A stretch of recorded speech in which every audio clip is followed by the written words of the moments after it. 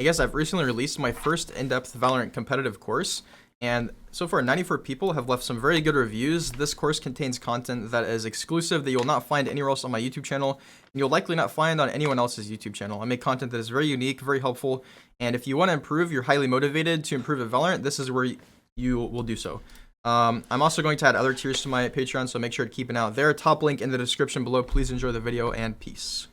Hey guys, so today I'm going to be giving you 5 in-depth ability tips for Phoenix. You guys asked for this specifically in my Discord, so if you guys are watching, much love to you.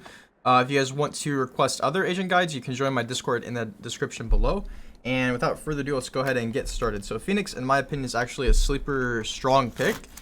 Same with Neon, but the first tip is utilize Phoenix Flash meticulously and aggressively, right?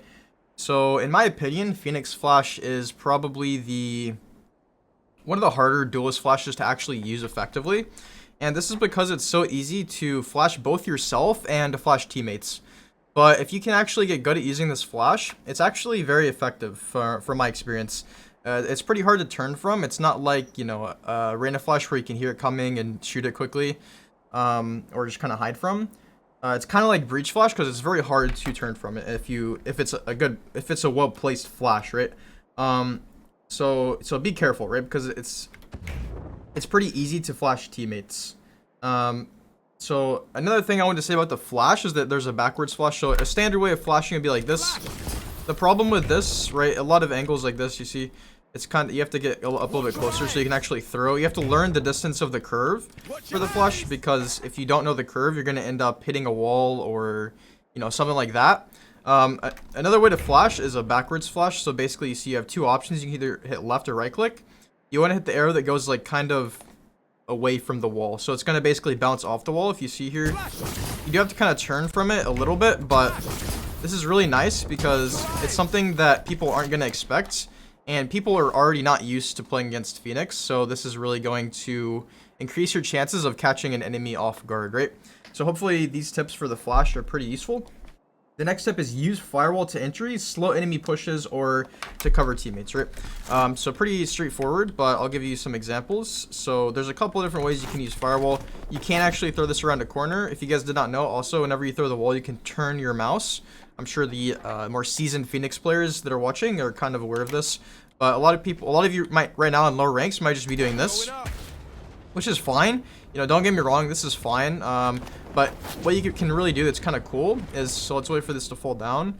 What you can do is throw this and kind of like curve it, right?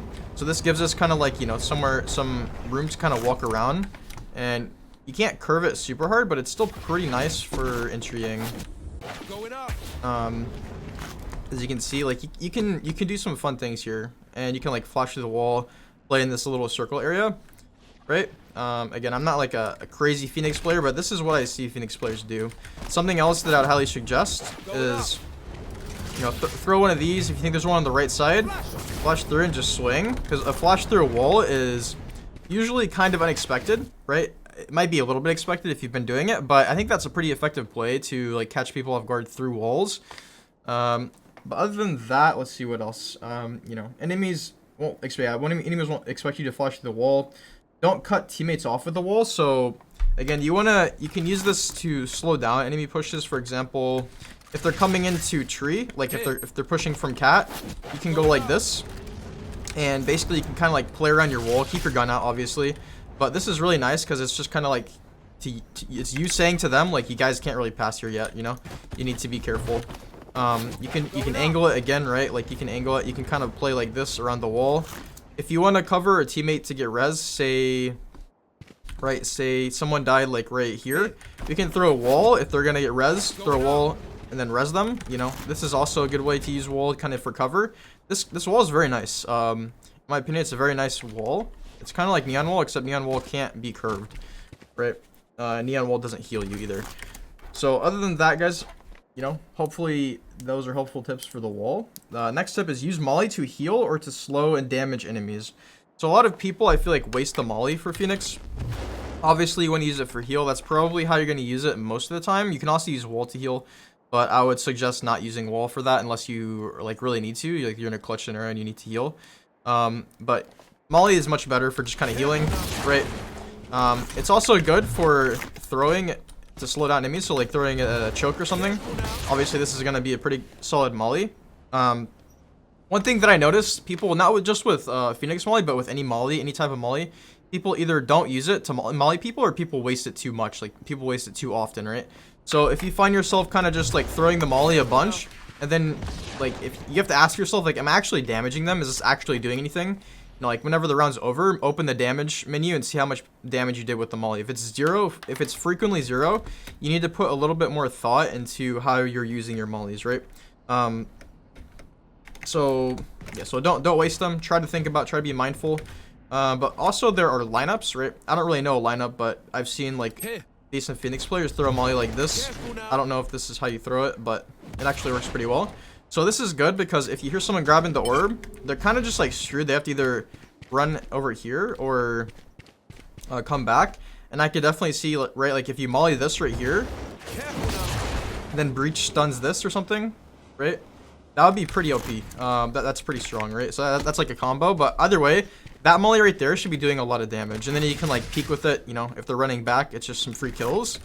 You don't really need crazy lineups. Another cool thing about Phoenix molly is that, I don't know if it's cool, but it's useful for lineups. Whenever you throw it into the air, after a while, it's going to go straight down in a line, right? So watch this.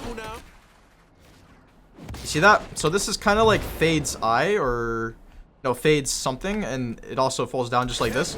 So basically, after a certain amount of time, it'll fall straight down. So no matter how high it is, it'll fall straight down, which is kind of a cool mechanic, and that's kind of what you can use to go over this wall here, right? This is really nice. You can kind of just learn how that feels and use that to your advantage for, you know, throwing over obstacles and stuff. Anyways, moving on to the next step. This one's very important. Phoenix ult is one of the strongest ults in Valorant. That's my take. That's my opinion. I believe it to be true, right? So let's move on to it. Let's go over to attack. Let's pretend that we're attacking. So, right, I would say that Phoenix ult is similar to Sage ult, but Phoenix ult, right? Phoenix ult, it allows for a 6v5, just like res. So if one of your teammates dies, you res them. That's technically a 6v5, even though we're not 6 players alive all at once. Similarly, you're basically, you have 2 lives as with a Phoenix ult, right? So you could think of Phoenix ult as kind of like a drone. Whenever you Phoenix ult, you really want to have teammates behind you to trade you in case your ult dies. Otherwise, it's basically just a waste. You want to really think of it like a drone. Like whenever someone's droning or dogging, you want to be right up behind the drone to trade the drone, right? Because those are in some ways kind of like a 6th life as well. Also, make sure that you're trying to get up as far as you possibly can before you ult, right? Because if I ult from back here, right, it's going to be much harder. It's going to be much harder for me to get control of like the full site, right? It's going to get much harder for me to come all the way up here and clear, like, I can't even clear back site here, right? So this is, if you can, try not to ult from here, right? Unless you just need to. But if we can, try to get control of all of this space first. Come up to here. Have your teammates cover you and then ult from like here or something, right? And then here we can just come out. Obviously, maybe don't run it like this. I was trying to see how far it can actually go. So if you ult from there, you can actually clear everything. And I still have some spare seconds. So this is definitely something to keep in mind, right? You know, again, make sure your teammates are behind you. Make sure your teammates are covering you. If you're ulting alone, it's much more risky. If you're ulting like a 1v2, it's much more risky because you don't know if someone's going to come behind you and, you know, catch you when you come back to your ult. You're very vulnerable. You know, it's a very powerful ult, right? I think this is definitely one of the strongest ults in the game, and you can really open up some sites with that. Open up some areas, get some kills. But anyways, moving on to the 5th and final tip. This one's actually not an ability tip, but it ties into everything that I've said. Basically, Phoenix is not commonly played, and you really want to use this to your advantage, right? It's just kind of like Neon, right? You don't really see Phoenix or Neon in your games very much. There are also other agents you don't see in your game very much, but Phoenix and Neon are 2 duelists you don't see very much. And basically what this means is that your brain is not exactly prepared to play against the maximum potential of those agents, right? So basically what I'm saying is really good Phoenix players and really good Neon players can, you know, really catch enemies off guard. And that's kind of what I was saying earlier with like flashing through the wall and just doing unexpected things like the backwards flash, right? Because that's going to be like weird to people, right? Like they're not going to be like, oh, I think Phoenix is going to backwards flash off of the mid wall here, right? Like that's just not what people are thinking. Similarly with Neon, like they're not expecting someone to just run around and slide into you, like, you know, sliding.